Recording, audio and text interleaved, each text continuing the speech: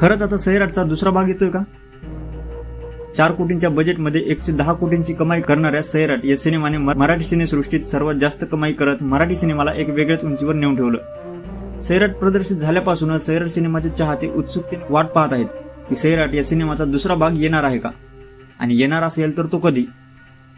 सैराटच्या अभूतपूर्व यशानंतर या सिनेमाला वेगवेगळ्या भाषेत रिमेक करण्यात आलं, जसं की कन्नडमध्ये मनसू मल्लिगे, पंजाबीमध्ये चन्ना मेरेया, ओडियामध्ये लैला ओ लैला, तर बंगालीमध्ये नूरजहां आणि हिंदीत धडक।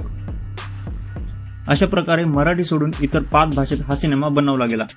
यातीलच 2018 साली प्रदर्शित झालेल्या हिंदीतील धडक या सिनेमाचा दुसरा भाग धडक 2 याची नुकतीच अनाउन्समेंट करण्यात आली आहे। तर यावेळी या सिनेमात अभिनेता सिद्धांत चतुर्वेदी आणि अभिनेत्री तृप्ती डिमरी हे महत्त्वाच्या भूमिकेत असणार आहेत असं कळतंय।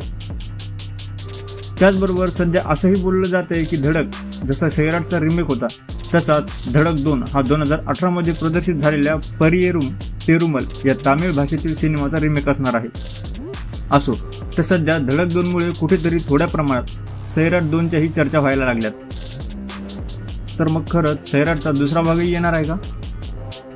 तसं तर अनेक वेळा अनेक मुलाखतीत दिग्दर्शक नागराज मंजुळे यांना सैराट 2 बद्दल प्रश्न विचारण्यात आले, पण नागराज मंजुळे यांनी यातील एका मुलाखतीत सांगितले होते की सैराट 2ची त्यांनी आतापर्यंत कल्पना केलेली नाहीये, की खरंच पुढे जाऊन त्यांना सैराटचा पुढचा भाग बनवायचा आहे, असं काही त्यांचं ठरलेलं नाहीये। यातच ते असंही म्हणाले, सैराटच्या दुसऱ्या भागाचा विचार मी केलेला नाहीये, पण जर पुढे कधी माझ्या डोक्यात सैराट 2च्या कथेचा विचार आला तर तो सिनेमा मी करूही शकतो।